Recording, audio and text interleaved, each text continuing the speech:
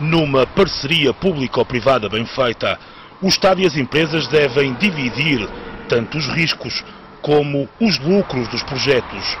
Mas não é isso que se passa em Portugal. A consultora Ernst & Young detectou pelo menos 732 milhões de benefícios sombra para os privados em 7 PPP lançadas como SCUT, ou seja, autoestradas sem custos para o utilizador, que entretanto já foram protejadas. Os especialistas chamam benefícios sombra aos ganhos reais que escaparam às cláusulas previstas nos contratos e que, por isso, não beneficiam em nada o Estado. Estes benefícios sombra são os que podem potenciar a rendibilidade da concessionária, mas de que o concedente público nada aproveita. Alguns exemplos. A Ernst & Young detectou, por exemplo, 104 milhões de euros de benefício sombra para os acionistas privados na PPP Interior Norte da autoestrada Viseu-Chaves, porque os encargos financeiros reais foram inferiores ao previsto no contrato inicial. É frequente os custos da obra ou os custos de manutenção serem inferiores ao previsto, como é o caso da PPP Costa de Prata, das autoestradas 29 e 17.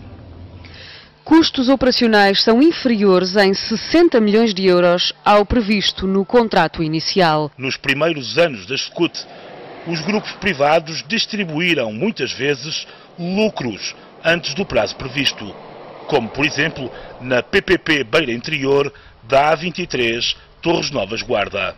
Verificou-se a antecipação na distribuição de 69 milhões de dividendos aos acionistas, não previstos no contrato inicial. O fenómeno de distribuição de dividendos antes do previsto verificou-se também na PPP Norte Litoral da autoestrada Porto Viana do Castelo, 13 milhões de euros. Na Grande Porto, 26 milhões de euros. 19 milhões na PPP Beira Litoral e Alta da A25 Viseu-Vilar Formoso, e na Via do Infante, ou PPP Algarve, pelo mesmo valor de 19 milhões de euros. Ao todo, há 732 milhões de benefícios sombra para os privados, calculados pela Ernst & Young. O número real é superior, mas nem a própria consultora logrou apurá-lo. A nossa abordagem conclui que o prejuízo económico foi superior ao benefício líquido para as estradas de Portugal. Mesmo do ponto de vista estritamente financeiro, o benefício das portagens é marginal.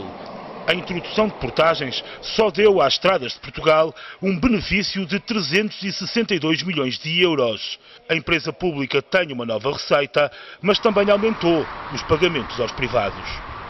Mas é preciso lembrar que os automobilistas foram metidos à força nestas parcerias público-privadas. Antes circulavam de graça e depois ficaram obrigados a pagar quase 3 mil milhões de euros em portagens. Feitas as contas, percebe-se que do ponto de vista público o negócio é tudo menos brilhante. Por cada 8 euros de portagens dos automobilistas, a empresa pública só ganha 1 euro. A consultora afirma que não foi possível efetuar a mesma análise para as antigas SCUT portajadas por este governo, relativas à A23 da concessão Beira Interior, à Via do Infante no Algarve e à concessão Interior Norte da autoestrada Viseu-Chaves. Não efetuámos a mesma análise, visto que não nos foram fornecidos os termos dos acordos e o respectivo modelo financeiro. A Ernst & Young conclui que o rendimento dos acionistas, na maioria das ex-SCUT, agora portajadas pelo anterior e pelo atual governos, é hoje maior do que o previsto nos contratos iniciais. As taxas internas de rentabilidade aumentaram, em média, cerca de 2 pontos percentuais. No cálculo da consultora, o cash flow acionista subiu de 6,3 milhões para 38,8 na PPP Norte Litoral, de 62 para 113 milhões na PPP Grande Porto, de 85 milhões para 165 na PPP Beiras Litoral e Alta e de 23 para 41 milhões na PPP do Algarve. Por isso, escreve a consultora, os cash flows dos acionistas das antigas SCUT têm uma grandeza significativa e o Governo dispõe de margem para os reduzir com materialidade. Hoje são parceiros do Estado a Lusoponte, Autostrada do Atlântico, Brisa, Euroscoot, Metro Sul do Tejo e Fertagos, além de muitos outros. 41% das concessões estão no setor rodoviário, seguindo-se as águas, os resíduos urbanos, a energia, ferrovia, portos e saúde. Não são conhecidos ao certo os valores das cerca de 120 concessões em exploração ou contratação, mas todas prevêem um prazo de concessão superior a 30 anos. A SCUT do Norte Litoral tem um prazo de concessão ainda maior, 50 anos, e representa um custo total para o Estado de 1.900 milhões de euros. A autoestrada sem custos para o utilizador do Grande Porto, com exploração até 2050, representa um custo de quase 3.000 milhões de euros, um valor idêntico ao que custaria o novo Aeroporto Internacional de Lisboa. O Hospital de Braga, com uma concessão de 39 anos, representa um custo de 1.400 milhões de euros. Existem mais de 100 parcerias público-privadas em Portugal envolvendo encargos futuros que rondam os 60 mil milhões de euros, cerca de 1/3 da riqueza gerada no país. E o sistema está todo viciado. Veja-se como são feitos os concursos. Quando são abertos concursos nas câmaras municipais, ainda que apareçam pessoas com habilitações superiores, normalmente são os da casa, porque o lugar foi aberto para quem já lá estava. Não há igualdade de oportunidades.